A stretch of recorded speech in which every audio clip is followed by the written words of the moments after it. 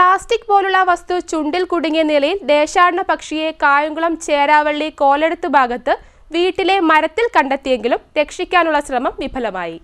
വീട്ടുടമസ്ഥയും അധ്യാപികയുമായ അനു ചന്ദ്രനും വിദ്യാർത്ഥികളും ചേർന്ന് ഏണി ഉപയോഗിച്ച് കയറി പക്ഷിയെ രക്ഷിക്കാൻ ശ്രമിച്ചെങ്കിലും പറന്നു പോവുകയായിരുന്നു. വീടിനോട് ചേർന്നുള്ള പേരമരത്തിൽ വന്നിരുന്ന ദേശാടന പക്ഷിയുടെ ചുണ്ടിൽ പ്ലാസ്റ്റിക് പോലുള്ള എന്തോ വസ്തു കുടുങ്ങിയ സ്ഥിതിയിലായിരുന്നത് വീട്ടുടമസ്ഥയും അധ്യാപികയുമായ അനുചന്ദ്രന്റെ ശ്രദ്ധയിൽപ്പെട്ടു. അനുചന്ദ്രനും വിദ്യാർത്ഥികളും ചേർന്ന് ഏണി ഉപയോഗിച്ച് ഇതിനെ രക്ഷിക്കാൻ ശ്രമിച്ചെങ്കിലും പറന്നകലുകയായിരുന്നു. നിരവധി കാക്കകളും പക്ഷിയെ പിന്തുടർന്നു.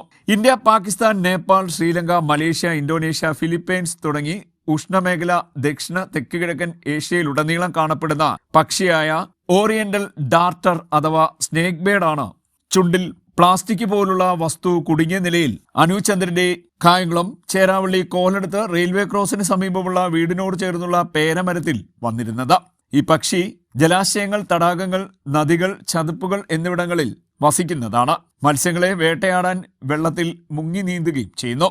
ഇത്തരത്തിൽ വെള്ളത്തിൽ ഇരകളെ പരതിയപ്പോൾ പ്ലാസ്റ്റിക് പോലുള്ള വസ്തു ചുണ്ടിൽ കുടുങ്ങുകയായിരുന്നുവെന്നാണ് കരുതുന്നത്.